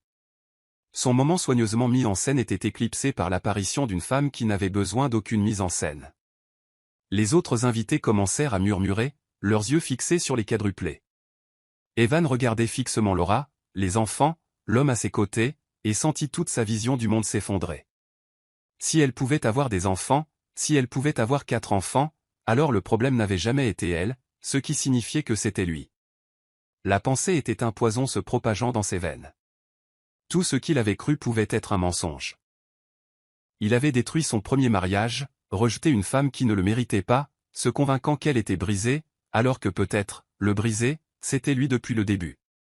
Il regarda Laura se déplacer dans la fête avec grâce, regarda ses enfants charmer tout le monde, regarda son mari la regarder avec un amour évident, et Evan Carter comprit avec une certitude écrasante qu'il avait jeté la seule chance de bonheur qu'il ait jamais eue. La main de Sofia sur son bras était crispée, ses ongles s'enfonçant dans sa peau. Elle souriait, mais ses yeux étaient furieux. Evan baissa les yeux vers sa femme, cette femme qu'il avait choisie pour remplacer Laura, et pour la première fois, il la vit vraiment, vit le calcul derrière chaque sourire, la performance derrière chaque geste, le vide derrière le glamour. Il avait épousé une belle coquille vide et avait appelé ça une amélioration. Il avait échangé la substance contre le brillant et s'était convaincu qu'il avait gagné. Mais en regardant Laura rire avec ses enfants, en regardant son mari la serrer contre lui avec une affection naturelle, Evan comprit enfin ce qu'il avait perdu, et cette prise de conscience allait le détruire. Chapitre 8, l'invitation qui a tout changé. Sofia Reynolds Carter passa des semaines à planifier sa baby shower comme les généraux planifient des invasions. Avec une attention méticuleuse et une certitude absolue de la victoire. Le thème était une élégante garden party avec des touches d'or et de rose poudrées. Elle engagea l'organisateur d'événements le plus cher, exigea des fleurs spécifiques importées par avion, et approuva personnellement chaque détail, pendant que son photographe documentait le processus. Ça va être l'événement de la saison, répétait-elle à Evan. Tous les gens qui comptent ont répondu présent. Oui, acquiesça Evan sans vraiment écouter. Sofia remarqua sa distraction et fronça les sourcils. Tu pourrais au moins faire semblant de t'y intéresser. C'est ton enfant que nous célébrons. Je m'y intéresse. Alors agis en conséquence. J'ai besoin que tu sois présent et souriant pour les photos. Tu peux gérer ça? Il le géra. Leur mariage s'était installé dans un schéma où elle exigeait et il acquiesçait. L'invitation à Laura avait été l'idée de Sofia. Mais Evan avait accepté avec empressement. Une partie de lui voulait qu'elle voie ce qu'il avait construit sans elle, voulait qu'elle soit témoin qu'il avait tourné la page. Sauf qu'il n'était pas heureux. Il était prospère, riche et marié à une femme qui était parfaite sur les photos, mais le bonheur restait insaisissable. Le jour de la fête arriva avec un temps parfait, et les plans de Sofia s'exécutèrent sans accroc. Les invités arrivèrent dans des voitures de luxe, tendirent leurs invitations aux voituriers et entrèrent, se positionnant déjà pour les angles de caméra. Le photographe que Sofia avait engagé, Lucas, était partout avec son appareil. Evan remarqua la façon dont Sofia souriait à Lucas, la façon dont elle touchait son bras en donnant des instructions, la façon dont il l'appelait « Sophie ». Comme s'ils étaient plus intimes qu'ils ne devraient l'être. Mais il écarta cette observation. Il se tenait à côté de Sofia pendant qu'elle accueillait les invités, jouant son rôle, acceptant les félicitations avec un sourire qui semblait peint sur son visage. Sofia vérifiait constamment son téléphone, surveillant l'engagement sur les publications déjà en ligne. « Souris plus », siffla-t-elle entre deux invités. « On dirait que tu es à un enterrement. »« Désolé, je souris. »« Souris. » Comme si tu le pensais. Quand Laura franchit la porte, l'effet fut instantané. Les conversations s'interrompirent. Les têtes se tournèrent. L'énergie dans la pièce changea. Evan la fixa. La femme qui s'avançait vers lui ne ressemblait que de très loin à la Laura dont il se souvenait. Cette Laura-là avait été pâle, les yeux cernés, se déplaçant dans le monde comme un fantôme. Cette Laura était radieuse. Sa peau était éclatante. Ses yeux brillaient. Elle se déplaçait avec une confiance qui venait de très profond en elle. Mais ce furent les 4 enfants qui firent s'arrêter son cœur. 4 enfants, tous de la même taille, clairement du même âge, s'accrochant à ses mains et regardant autour d'eux avec des yeux curieux. 4 impossibilités faites chair. Derrière eux marchait un homme grand aux larges épaules et aux yeux bienveillants, et Evan reconnut immédiatement ce qu'il voyait. C'était le mari de Laura. C'était le père de ses 4 enfants. Laura. La voix de Sofia était enjouée et fausse. Merveilleux, et tu as amené des invités. Ce sont mes enfants, dit Laura, la voix assurée, et voici mon mari, Tom. Le sourire de Sofia se figea une fraction de seconde. Des enfants, comme c'est charmant. Je ne savais pas que tu t'étais remarié. Et 4, quelle merveille. Les chuchotements commencèrent immédiatement. Evan entendit des fragments de conversation sur les quadruplés, sur la première femme se présentant avec des enfants, sur le délicieux drame. Ce n'était pas ainsi que Sofia avait prévu ce moment. Elle avait voulu afficher son triomphe sur la première femme stérile. Au lieu de cela, elle se faisait voler la vedette. Laura se déplaça dans la fête avec grâce, ses enfants polis et bien élevés, la main de son mari touchant occasionnellement son dos dans un geste si naturel qu'il témoignait d'une affection sincère. Les gens gravitaient autour d'elle, posant des questions sur les enfants, la traitant comme le miracle qu'elle était. Il ne pouvait s'arrêter de la regarder, ne pouvait cesser de faire des calculs dans sa tête. Quel âge avaient ses enfants? Ce qui signifiait que Laura était tombée enceinte peu de temps après l'avoir quitté. Peu de temps après avoir divorcé de l'homme qui la traitait de stérile, elle avait conçu des quadruplés. L'implication était stupéfiante. La seule variable qui avait changé était l'homme. Pas son corps, juste l'homme avec qui elle était. Ce qui signifiait que le problème n'avait jamais été elle. Ça avait été lui. Non. La pensée était impossible. Sa lignée était parfaite. Le problème devait être Laura. Mes 4 enfants ne mentaient pas. Ils étaient la vérité incarnée. Ils étaient la preuve que chaque supposition qu'il avait faite était fausse. Evan. La main de Sofia sur son bras était crispée. Arrête de la fixer. Tu es trop évident. Comment est-ce possible? Comment quoi est possible? Elle s'est remariée et a eu des enfants. Arrête d'agir comme si c'était un miracle cosmique. Mais c'était un miracle. Ou, plus précisément, c'était la preuve que l'univers avait le sens de l'ironie.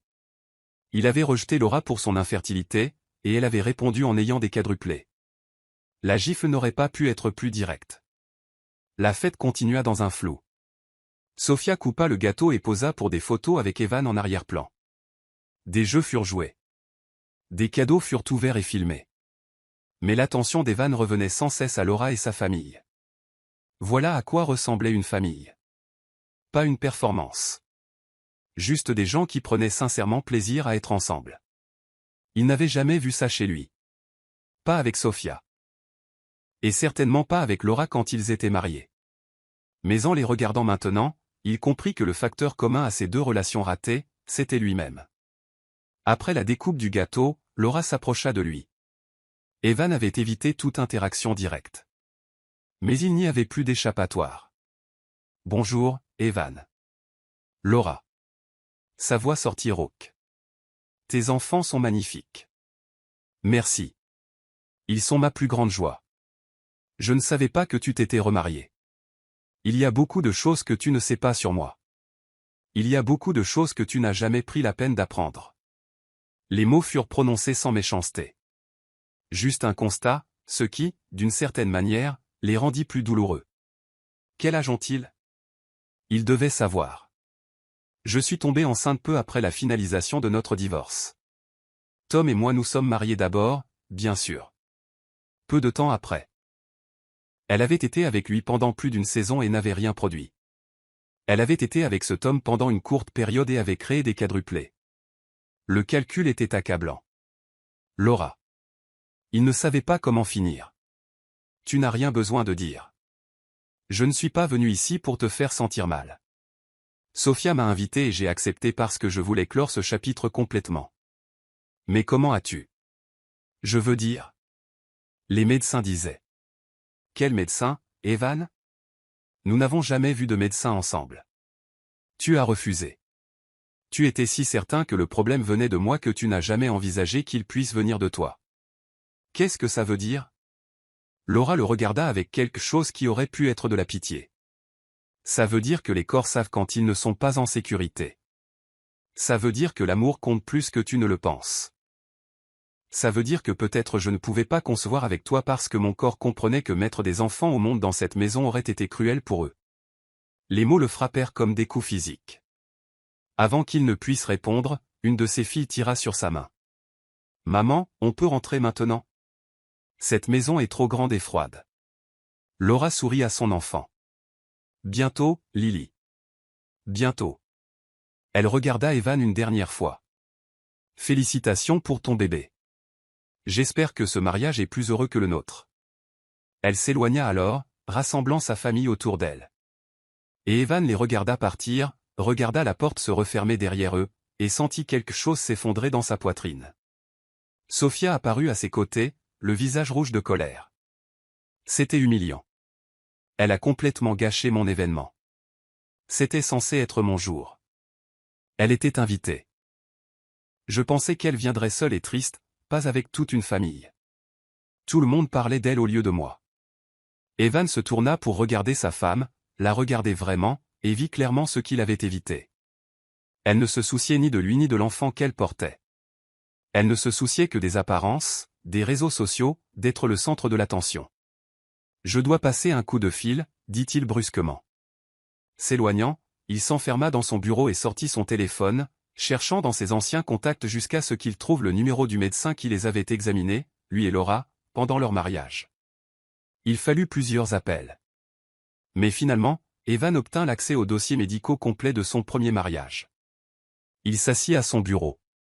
Les papiers étalés devant lui, lisant des mots qu'il aurait dû lire il y a longtemps. Les résultats étaient dévastateurs. Les tests de Laura n'avaient rien montré d'anormal. Mais il y avait un autre dossier, un qu'il n'avait jamais vu auparavant. Marqué de son propre nom. Les mains d'Evan tremblaient en l'ouvrant. Les résultats des tests. Ces résultats de tests de la même période où Laura était examinée. Il avait été testé après tout, bien qu'il n'en ait aucun souvenir.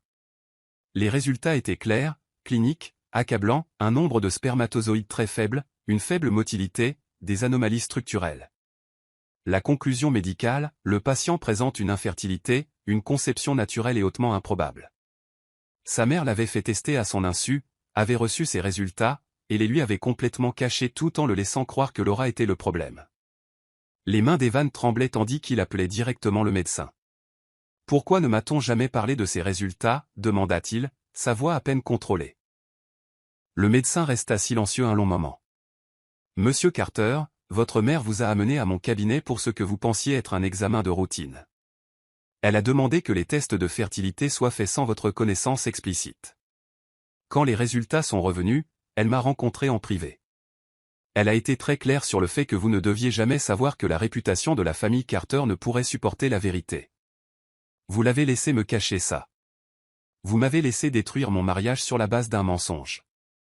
Elle était ma patiente aussi bien que vous, et vous n'avez jamais demandé le test directement, alors j'ai supposé qu'elle en avait discuté avec vous. Je suis profondément désolé si ce n'était pas le cas. » Evan raccrocha sans dire au revoir. Il resta assis dans son bureau, entouré de luxe et de succès, et comprit que toute sa vie était bâtie sur des mensonges. Sa mère n'avait pas seulement découragé les tests. Elle l'avait fait tester secrètement, avait reçu la preuve de son infertilité, et l'avait entièrement enterré pour protéger le nom de la famille. Et il avait été si arrogant qu'il ne s'était jamais demandé s'il pouvait être le problème. Laura n'avait pas été stérile. C'était lui. Les dossiers médicaux étalés sur son bureau le prouvaient sans l'ombre d'un doute. La femme qu'il avait rejetée aurait pu lui donner des enfants s'il avait été capable de lui en donner d'abord. Mais il n'en était pas capable. Il était celui qui était vide. Le brisé. L'échec. Et maintenant, il était marié à une femme qui ne l'aimait pas, portant un enfant dont il savait soudainement, avec une certitude écœurante, qu'il ne pouvait pas être le sien. Evan Carter resta assis, seul dans son bureau, tandis que la baby shower continuait à l'extérieur, et sentit son monde soigneusement construit commencer à s'effondrer autour de lui. Chapitre 9, les murs commencent à se fissurer. La baby shower se termina avec Sophia posant pour les dernières photos. Les invités partirent, bavardant sur l'apparition de la première femme. Les traiteurs nettoyèrent tandis que Sophia se retirait à l'étage pour examiner l'engagement sur les réseaux sociaux. Evan resta dans son bureau bien après que la maison soit tombée dans le silence. Les dossiers médicaux étaient étalés sur son bureau, comme des preuves sur une scène de crime. Chaque page confirmait ce qu'il ne pouvait plus nier. Il était stérile, l'avait été pendant son mariage avec Laura. La condition semblait permanente, ce qui soulevait une question qui lui tordait l'estomac. S'il ne pouvait pas avoir d'enfant, de qui Sophia portait-elle le bébé? Il voulait rejeter cette pensée comme paranoïaque, mais les pièces s'assemblaient. La réticence de Sophia à tomber enceinte pendant si longtemps, son annonce soudaine après avoir passé de plus en plus de temps avec Lucas, la façon dont elle l'avait dit à ses abonnés avant de le lui dire, la chronologie. Oh, il devenait fou. Sophia était superficielle et vaniteuse, mais elle ne serait pas si cruelle, n'est-ce pas? Il se souvint de la façon dont elle regardait Lucas, de la façon dont elle souriait quand le photographe était là. Les séances photos coûteuses qui semblaient nécessiter des heures seules. Les mains d'Evan se serrèrent en poing. Il devait savoir. À l'étage, Sophia était au lit avec son ordinateur portable. Examinant les photos. Elle leva à peine les yeux quand Evan entra. C'était un désastre. Ton ex-femme a complètement gâché mon événement. Il faut qu'on parle. Pas maintenant. J'essaie de décider quelle photo poster en premier. Sophia. Regarde-moi. Quelque chose dans sa voix la fit fermer son ordinateur portable et le regarder avec agacement. Quoi? Quand es-tu tombée enceinte? Exactement. Quelle sorte de question est-ce là? Une question simple. Quand? Je ne connais pas la date exacte. Pourquoi est-ce important? C'était le week-end où je suis parti? Son visage changea très légèrement. Mais assez pour qu'Evan le voie. Une lueur de culpabilité ou de peur? Je crois. Peut-être. Je ne suivais pas ça de près. Tu étais avec Lucas ce week-end-là? Il est passé faire une séance photo. Et alors, Evan? La voix d'Evan était dangereusement calme. Ce bébé est-il le mien? La question flotta dans l'air comme un gaz toxique. L'expression de Sophia passa par plusieurs émotions avant de s'arrêter sur l'indignation. Comment oses-tu me demander ça? Je suis ta femme. Bien sûr. Qu'il est à toi. Je suis stérile. J'ai les dossiers médicaux pour le prouver. Des dossiers que ma mère m'a cachés pendant mon premier mariage. Mais des dossiers qui existent néanmoins. Le visage de Sophia devint blanc. Quoi? J'ai été testé à mon insu pendant mon mariage avec Laura. Les résultats ont montré que je ne peux pas avoir d'enfant. Je n'ai jamais pu. Ce qui signifie soit que tu portes un bébé miracle, soit que cet enfant appartient à quelqu'un d'autre. Sophia se leva, resserrant son peignoir. Tu es fou. D'où ça vient? Parce que ton ex-femme s'est pointée avec des enfants? Ça change tout à notre sujet. Elle n'a jamais été le problème, Sophia. C'était moi. J'ai détruit mon premier mariage parce que j'étais trop arrogant pour admettre que j'étais peut-être le brisé. Et maintenant j'en ai la preuve médicale. Tu n'es pas brisé. Si, je le suis. Les tests le prouvent. Ma mère le savait et me l'a caché parce qu'elle se souciait plus de la réputation de la famille que de la vérité. Sophia reculait vers la porte, son expression passant du défi au calcul. Même si tu ne peux pas avoir d'enfant naturellement, il y a d'autres moyens. Peut-être que le bébé est à toi grâce à un miracle médical. Ou peut-être que tu couches avec Lucas et que tu es tombée enceinte de lui. Peut-être que tu as décidé que tu voulais l'argent des Carter. Et que peu importait de qui tu portais l'enfant. C'est une chose terrible de m'accuser de ça. Alors prouve-moi que j'ai tort. Fais un test de paternité. Le visage de Sophia se durcit. Je ne ferai rien de tel, je ne me laisserai pas insulter comme ça dans ma propre maison. Ce n'est pas ta maison. C'est la mienne. Et si cet enfant n'est pas le mien, tu partiras sans rien. Ils se regardèrent fixement. Et Evan vit leur mariage pour ce qu'il était vraiment. Une transaction qui avait mal tourné. Une performance qui avait manqué de public. Un mensonge en train d'être exposé. Je veux le divorce, dit soudain Sophia. Pas avant de savoir de qui tu portes l'enfant. Je ne resterai pas ici pour être accusé. Tu peux partir quand tu veux. Mais si tu pars avant que nous déterminions la paternité, tu n'auras rien. Le contrat de mariage est très clair sur l'infidélité. Le visage de Sophia était un masque de fureur. Tu es un monstre. Je suis un imbécile qui a épousé la mauvaise femme 2 fois. Mais j'apprends. Elle attrapa son téléphone et sortit en trombe. Evan l'entendit passer des appels depuis la chambre d'amis. Probablement en appelant Lucas. Evan s'assit lourdement et prit sa tête dans ses mains. Son second mariage s'effondrait. Tout comme le premier. Mais cette fois, il ne pouvait pas blâmer sa femme d'être brisée. Cette fois, le brisé, c'était clairement lui. Il pensa à Laura. À la famille qu'elle avait construite. Aux 4 enfants qui prouvaient qu'elle n'avait jamais été stérile. Au bonheur qu'il avait vu dans ses yeux. Il avait jeté sa seule chance d'avoir quelque chose de réel. Il avait détruit une femme qui ne le méritait pas. Et pourquoi? Pour découvrir qu'il était l'échec depuis le début. Son téléphone sonna. Son avocat. Nous devons nous voir demain. J'ai des informations que vous devez entendre. À propos de quoi? À propos de votre femme et du photographe. L'enquêteur que j'ai engagé a enfin terminé son rapport. Donc Evan n'avait pas été paranoïaque. Il y avait des preuves. Envoyez-moi le rapport. Vous êtes sûr? Ce n'est pas agréable. J'en suis sûr. J'ai besoin de connaître la vérité. Peu importe à quel point elle est laide. Il raccrocha et attendit l'email. Quand il arriva, il l'ouvrit avec des mains tremblantes. Le rapport de l'enquêteur était détaillé et accablant. Des photos de Sophia et Lucas entrant dans des hôtels ensemble. Des reçus de cartes de crédit pour des dîners romantiques quand Evan était absent. Des messages textes pleins de langage intime et de planification autour de l'emploi du temps d'Evan. La chronologie de la liaison remontait à loin. Commençant bien avant que Sophia n'annonce sa grossesse. Le pire était le message vers la fin. Un SMS de Sophia à Lucas, il ne saura jamais. Le bébé aura son nom et son argent. Nous devons juste être prudents jusqu'à sa naissance. Evan lut les mots encore et encore. Mais aucune méprise n'était possible. Sophia était tombée enceinte délibérément de Lucas. Avait prévu de faire passer l'enfant pour celui d'Evan. L'avait épousé spécifiquement pour son argent. Il était un imbécile. Un imbécile aveugle et arrogant qui avait rejeté une femme sincère pour épouser une femme qui ne le voyait que comme un compte en banque.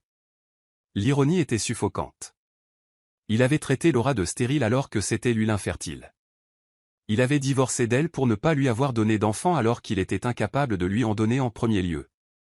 Et maintenant, il était marié à une femme qui portait le bébé d'un autre homme. Evan se leva et se dirigea vers la fenêtre, regardant les terrains du domaine qui lui semblaient soudain une prison. Tout ce qu'il avait construit. Tout ce pourquoi il s'était sacrifié. Tout cela était creux. Il avait la richesse sans le bonheur. Le statut sans le respect. Un mariage sans amour. Et quelque part en ville, Laura bordait 4 enfants dans leur lit, embrassant un mari qu'il aimait vraiment, vivant la vie qui aurait dû être la sienne s'il n'avait pas été trop brisé pour la mériter. Le lendemain matin amena la confrontation. Evan appela son avocat. Examina les preuves. Et se prépara pour la conversation qui mettrait fin à son second mariage aussi spectaculairement qu'il avait mis fin au premier. Sophia descendit tard, habillée avec soin. Elle s'arrêta en voyant Evan à la table de la salle à manger avec des dossiers étalés devant lui. « Il faut qu'on parle. J'ai des projets. Annule-les. Assieds-toi. » Elle s'assit. Son expression gardée. Evan fit glisser le rapport de l'enquêteur sur la table. Sophia le prit. Feuilleta quelques pages. Et son visage devint pâle. « Où as-tu eu ça? D'où penses-tu? J'ai engagé quelqu'un pour te suivre. Il s'avère que mon instinct était bon. Tu couches avec Lucas. Le bébé est de lui. Pas de moi. » Sophia posa soigneusement le rapport. « Evan, je peux expliquer. » « Il n'y a rien à expliquer. Les preuves sont claires. Tu es tombée enceinte de ton photographe. Tu avais prévu de faire passer l'enfant pour le mien. Et tu pensais que je ne le découvrirais jamais. Ce n'est pas si simple. C'est exactement aussi simple. Tu m'as épousé pour l'argent. Tu ne m'as jamais aimé. Tu as menti depuis le jour où nous nous sommes rencontrés. » L'expression de Sophia passa de défensive à calculatrice. « Très bien. Tu veux la vérité? » « Oui. Je t'ai épousé pour l'argent. » « Oui. Le bébé est de Lucas. » « Mais tu ne m'as pas épousé par amour non plus, n'est-ce pas? Tu m'as épousé pour remplacer la femme que tu as jetée. Tu voulais quelqu'un qui soit beau à ton bras et qui puisse te donner les enfants qu'elle ne pouvait pas, nous sommes tous les deux coupables de nous être utilisés. Les mots le blessèrent car ils étaient en partie vrais. Evan avait épousé Sophia pour des raisons superficielles. L'avait choisie sur l'apparence plutôt que sur la substance. Avait répété chaque erreur qu'il avait faite avec Laura. La différence, c'est que je n'ai pas commis d'adultère. Je n'ai pas essayé de te piéger pour que tu élèves l'enfant d'un autre homme. Non. Tu as juste détruit ta première femme parce qu'elle était stérile alors que c'était toi l'infertile depuis le début. Au moins, je ne t'ai menti qu'à toi. Tu lui as menti à elle. Et à toi-même. » L'accusation atterrit comme un coup physique. Sophia se leva, rassemblant le rapport et sa dignité. « Je vais faire mes valises et partir. Je suppose que tu vas demander le divorce. » « Déjà demandé ce matin. Tu n'auras rien. Le contrat de mariage était très clair sur l'infidélité. Je me fiche de ton argent maintenant.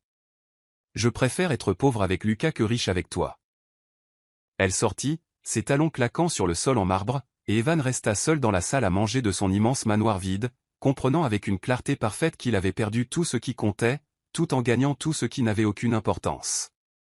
Son téléphone vibra avec un message de son avocat. Les papiers du divorce avaient été déposés. Elle a signé sans contester.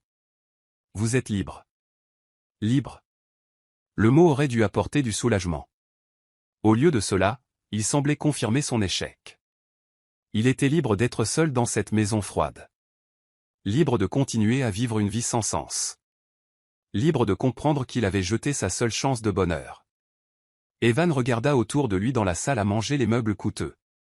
Les peintures. Le lustre qui coûtait plus cher que la voiture de la plupart des gens.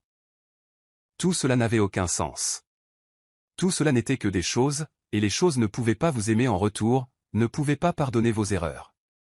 Il pensa à Laura une dernière fois, à la femme qui avait tourné le dos à toute cette richesse et avait trouvé quelque chose d'infiniment plus précieux, aux 4 enfants qui prouvaient que chaque mensonge qu'ils s'étaient raconté était faux, et Evan Carter s'assit dans son manoir rempli de tout ce que l'argent pouvait acheter, et comprit qu'il était l'homme le plus pauvre du monde. Chapitre 10, la vérité qui détruit des mondes. L'effondrement fut rapide une fois qu'il eut commencé.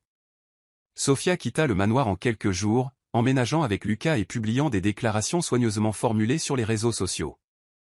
L'avocat d'Evan géra le divorce avec une efficacité impitoyable, et bientôt, la seconde Madame Carter fut effacée de sa vie.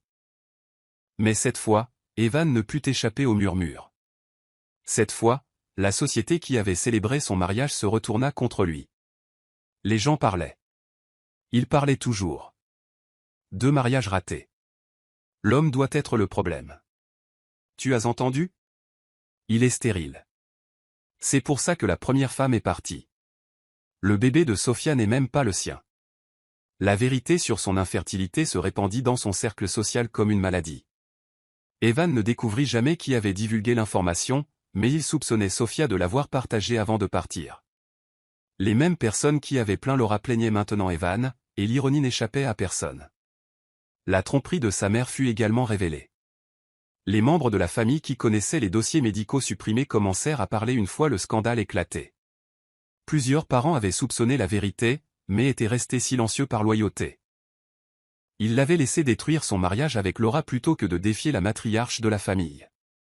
Elle voulait seulement te protéger, dit faiblement son cousin. Elle pensait que si les gens savaient, cela nuirait à la réputation de la famille. Alors elle m'a laissé détruire une femme innocente à la place. Son cousin n'eut pas de réponse. Evan essaya de se plonger dans le travail, mais même là, il ne trouva aucun refuge. Les associés qu'il avait autrefois respectés le regardaient maintenant avec un mépris à peine dissimulé. Ses échecs personnels étaient devenus de notoriété publique. Il se retrouvait seul dans le manoir plus souvent qu'à son tour. Le silence qu'il avait autrefois dérangé lui semblait maintenant suffocant. Il se promenait dans des pièces qui résonnaient de vide et se demandait comment il avait pu un jour penser que cette maison valait la peine d'être possédée. Le point de rupture arriva lors d'un dîner de famille. Son jeune frère insista pour l'organiser. C'était censé être une démonstration d'unité familiale, mais le soutien fut la dernière chose qu'Evan reçut. Ils étaient à mi-chemin du repas quand son cousin, enhardi par le vin, fit un commentaire sur la situation d'Evan comme étant malheureuse, mais finalement de sa propre faute. Evan laissa passer. Puis son oncle mentionna que Laura avait toujours été douce et quel dommage c'était qu'Evan l'ait si maltraitée. Evan serra les dents. Mais quand la femme de son frère dit « Au moins Laura a trouvé le bonheur avec ce charpentier et leurs 4 enfants », quelque chose à l'intérieur d'Evan se brisa. 4 enfants qui auraient dû être les miens. 4 enfants qu'elle était parfaitement capable d'avoir. Sauf que j'ai détruit notre mariage avant qu'elle en ait eu la chance. La table devint silencieuse. Les tests se sont trompés sur elle. Elle n'a jamais été stérile. C'était moi. Je le suis. Ma mère le savait et me l'a caché. Elle m'a convaincu de blâmer Laura, plutôt que d'admettre que le problème pouvait venir de la précieuse lignée Carter. Son frère essaya d'interrompre. Evan, peut-être devrions-nous en discuter en privé. Non. Tout le monde ici connaissait la vérité ou la soupçonnait. Vous m'avez tous laissé détruire cette femme sur la base d'un mensonge. Vous avez tous protégé la réputation de la famille aux dépens de la vie d'une personne innocente. Nous essayons de te protéger, dit sa tante. En me laissant croire que j'étais parfait alors que j'étais brisé. En restant silencieux pendant que je jetais la seule femme qui se soit jamais sincèrement souciée de moi. Ce n'est pas de la protection. C'est de la cruauté déguisée en loyauté. Il se leva brusquement. Je dois partir. Il conduisit sans destination, ses mains agrippant le volant. Il se retrouva sur la route où vivait Tom Bennett. Bien qu'il n'ait pas consciemment décidé d'y aller, il avait cherché l'adresse après la baby shower, était passé une fois, avait vu la modeste maison avec la balançoire dans le jardin. Maintenant, il se gara un peu plus loin dans la rue et regarda par les fenêtres. Il pouvait voir Laura se déplacer dans la cuisine. Tom était là aussi. Et ce qui semblait être les 4 enfants. Ils préparaient le dîner ensemble, en riant. Toute la famille travaillant dans une coordination confortable. C'était ça qu'il avait jeté. Cette chaleur. Cette joie. Ce lien sincère. Il l'avait échangé contre du marbre froid et un statut vide. Un coup sur la vitre de sa voiture le fit sursauter. Tom était là, son expression indéchiffrable. Evan baissa la vitre. Je suis désolé. Je ne devrais pas être ici. Non, tu ne devrais pas. Mais puisque tu es là, tu ferais aussi bien d'entrer. Laura a vu ta voiture. Elle veut te parler. Je ne pense pas que ce soit une bonne idée. Je ne pense pas que tu aies beaucoup de bonnes idées. Mais elle te le propose, alors tu devrais accepter. Evan suivit Tom dans l'allée, se sentant comme un homme marchant vers sa propre exécution. À l'intérieur, la maison était tout ce que le manoir Carter n'était pas. Petite, chaleureuse, pleine de vie et de bruit, et de preuves que des gens y vivaient réellement. Laura le rencontra à la porte. « Bonjour, Evan. Je suis désolé. Je n'aurais pas dû venir ici. Ce n'est rien. Entre. Les enfants sont en train de dîner. Mais nous pouvons parler dans le salon. » Elle le conduisit dans une pièce confortable avec des meubles qui semblaient faits à la main. Par l'embrasure de la porte, il pouvait voir les 4 enfants à la table de la cuisine. Tous parlant en même temps tandis que Tom supervisait. « J'ai entendu pour Sophia, » dit Laura en s'asseyant. « Je suis désolé. »« Pourquoi serais-tu désolé ?» Elle m'utilisait. « Je le mérite. Personne ne mérite d'être trahi comme ça. Pas même toi. » La gentillesse dans sa voix était presque insupportable. « J'ai eu tort sur toute la ligne. Tu n'as jamais été stérile. J'étais infertile depuis le début. Ma mère le savait et me l'a caché. J'ai détruit notre mariage sur la base d'un mensonge. Je sais. » La sœur de Tom a encore des contacts dans le milieu médical. Elle a entendu parler de ta situation après la baby shower. Elle me l'a dit. Et tu n'es pas en colère ? Laura réfléchit. J'ai été en colère pendant longtemps. Mais la colère est épuisante, Evan. Et j'ai 4 enfants qui ont besoin que je sois présente. Pas amère. Alors, j'ai laissé tomber. Comment peux-tu simplement laisser tomber ? Je t'ai traité de stérile. Je t'ai jeté dehors sous une tempête. Je t'ai blâmé pour mon propre échec. Parce que s'y accrocher ne ferait que me blesser. Tu dois vivre avec ce que tu as fait. Je n'ai plus à porter ce fardeau. Par l'embrasure de la porte, Evan pouvait entendre les enfants rire. L'une des filles racontait une histoire. Et Tom posait des questions. Ça aurait dû être ma famille. Non, répondit fermement Laura. Ces enfants sont nés de l'amour. D'un partenariat construit sur le respect et une affection sincère. Ils sont nés d'une terre qui pouvait les nourrir. Ils ne seraient jamais nés de notre mariage, Evan. Même si tu avais été fertile, ils ne seraient pas nés parce que notre mariage était empoisonné dès le début. Je l'ai empoisonné. Oui, tu l'as fait. Et je suis désolé pour toi. Parce que tu devras vivre avec cette connaissance. Mais je ne suis plus désolé pour moi. Parce que si tu avais été différent, si tu m'avais aimé, je serais encore dans ce manoir. Je n'aurais jamais rencontré Tom. Je n'aurais jamais eu ces 4 miracles. Alors, d'une manière terrible, ta cruauté m'a sauvé. Evan sentit des larmes lui brûler les yeux. Je ne sais pas comment réparer ce que j'ai cassé. Tu ne peux pas le réparer. Tu peux seulement en tirer des leçons. Et peut-être, si tu as beaucoup de chance, tu pourras devenir le genre d'homme qui ne referait pas les mêmes erreurs. L'un des fils entra en courant dans la pièce, s'arrêtant net en voyant Evan. Maman ? C'est qui ? C'est quelqu'un que je connaissais autrefois, Jacob. Il s'en va. Tom apparut dans l'embrasure de la porte, sa présence indiquant clairement que le temps d'Evan était écoulé. Laura le raccompagna à la porte, et Evan s'arrêta sur le seuil. Ils sont magnifiques. Tes enfants. Ta vie. Tout. Oui, acquiesça Laura. Elle l'est. Je suis désolé pour tout. Je sais que ça n'a plus d'importance maintenant, mais j'ai besoin que tu saches que je suis désolé. Je t'ai entendu, et je t'en libère. Rentre chez toi, Evan. Trouve un moyen de te pardonner, parce que moi, je l'ai déjà fait. Elle referma doucement la porte, et Evan retourna à sa voiture dans l'obscurité. Il resta assis derrière le volant pendant un long moment, regardant la maison qui brillait de chaleur et de vie. L'humiliation finale arriva quelques jours plus tard, non pas lors d'un autre événement planifié, mais par une coïncidence qui semblait orchestrée par le destin lui-même. Evan quittait le palais de justice après avoir signé les derniers papiers du divorce quand il rencontra Laura sur les marches. Elle était là avec Tom et les 4 enfants, apparemment pour une affaire juridique de routine. Les gens s'arrêtèrent pour regarder. La nouvelle du scandale s'était répandue, la vérité sur l'infertilité d'Evan, sur la trahison de Sophia. Toutes les personnes présentes connaissaient l'histoire. L'ironie était trop parfaite. Les gens sortirent leur téléphone, pas assez courageux pour filmer ouvertement, mais documentant clairement le moment. Evan resta figé. Laura s'avança vers lui, ses enfants se regroupant autour d'elle. Tom resta quelques pas en arrière, laissant Laura gérer ce moment elle-même. Evan. Elle prononça son nom assez clairement pour que la foule l'entende. J'ai entendu que ton divorce était finalisé. Je voulais dire quelque chose avant que nous partions. Il ne pouvait pas parler, pouvait seulement rester là à attendre la sentence. Tu m'as traité de stérile une fois. Tu m'as rejeté parce que tu pensais que j'étais vide à l'intérieur, incapable de te donner ce que tu voulais. Sa voix était ferme, sans colère ni amertume. Mais regarde-nous maintenant. Regarde ce que j'ai construit sur les ruines que tu m'as laissées. Elle désigna ses enfants, Tom, la preuve d'une vie pleinement vécue. Ces 4 belles âmes sont nées de l'amour, Evan. Un amour véritable. Pas la performance que tu exigeais de moi. Elles sont venues parce que Tom savait comment nourrir plutôt qu'empoisonner.